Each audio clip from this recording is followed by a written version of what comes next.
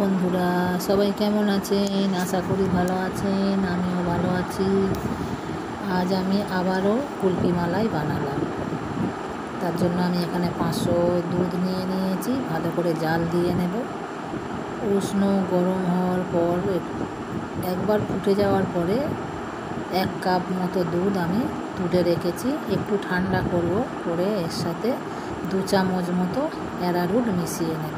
Arrowroot না, cornflour ভুল বললাম, কর্নফ্লাওয়ার মিশিয়ে নেব।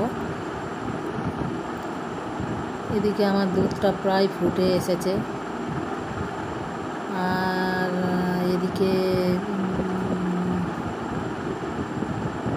এতে কর্নফ্লাওয়ার গোলাও হয়ে গেছে, তাই একটু করে দিতে হবে আর নাড়তে হবে যাতে কর্নফ্লাওয়ার না তলায় লেগে যায়।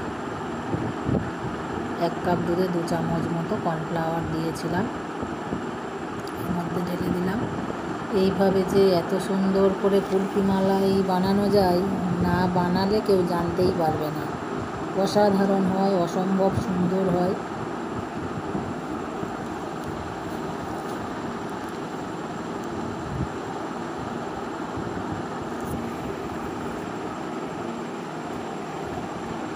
দুধ তো ফুটিয়ে পরিমাণ মতো দুধে চিনিও দিয়ে দিয়েছি, কর্নফ্লাওয়ার মেশানো দুধটাও দিয়ে দিয়েছি। একটুখানি কাজু গুঁড়ো করেছিলাম, কাজু আর আলমন্ড অল্প একটু, জাস্ট দিলেও হবে, না দিলেও হবে। এর সাথে মিলিয়ে দিলাম।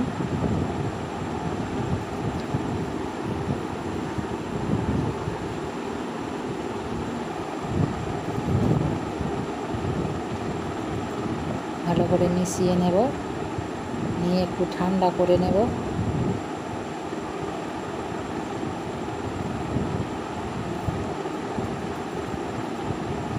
ভালো করে মেশানো হয়ে গেছে।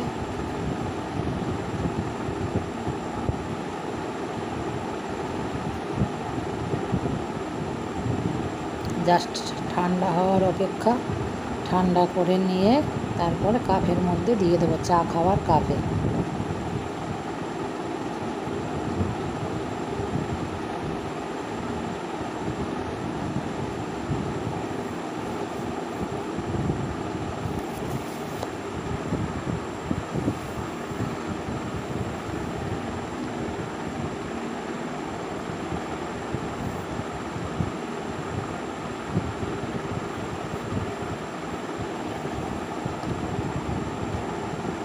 দেখুন, কাপের মধ্যে তুলে নিয়েছিলাম। পরের দিন সকালবেলা বের করেছি, পরের দিন সকালবেলা নয়, কাপের মধ্যে তোলা হয়ে গেছে। এবারে এগুলো সব কাগজ দিয়ে গার্ডার দিয়ে ফ্রিজের মধ্যে ঢুকিয়ে দেব, পরের দিনে সকালে বের করব।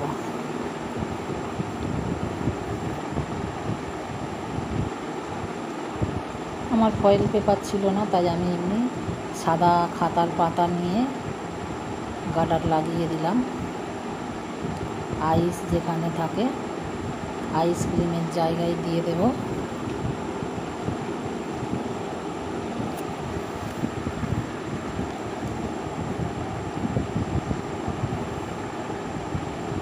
কত সুন্দর বসে গেছে। পরের দিনে দেখছি, কাপের মধ্যে এটা আমি একটু হাওয়ায় দিয়ে আলগা করে নেব, বের করে কাটবো। দেখুন বন্ধুরা, কত সুন্দর কুলফি। কেউ বলবে যে এটা বাড়িতে বানানো, অবিকল মনে হবে দোকান থেকে কেনা। একটু ছুরি দিয়ে আলগা করে কেটে নিয়েছি। দেখুন বন্ধুরা, কত সুন্দর দেখতে লাগছে, খেতেও তেমন সুন্দর হয়েছিল, অসম্ভব সুন্দর। এইভাবে যে কুলফি মালাই বানানো যায়, না বানালে বিশ্বাস হবে না। দারুণ হয়েছিল। নতুন বন্ধু হলে পাশে থাকবেন, চ্যানেলটা সাবস্ক্রাইব করে। সবাই ভালো থাকবেন, টাটা।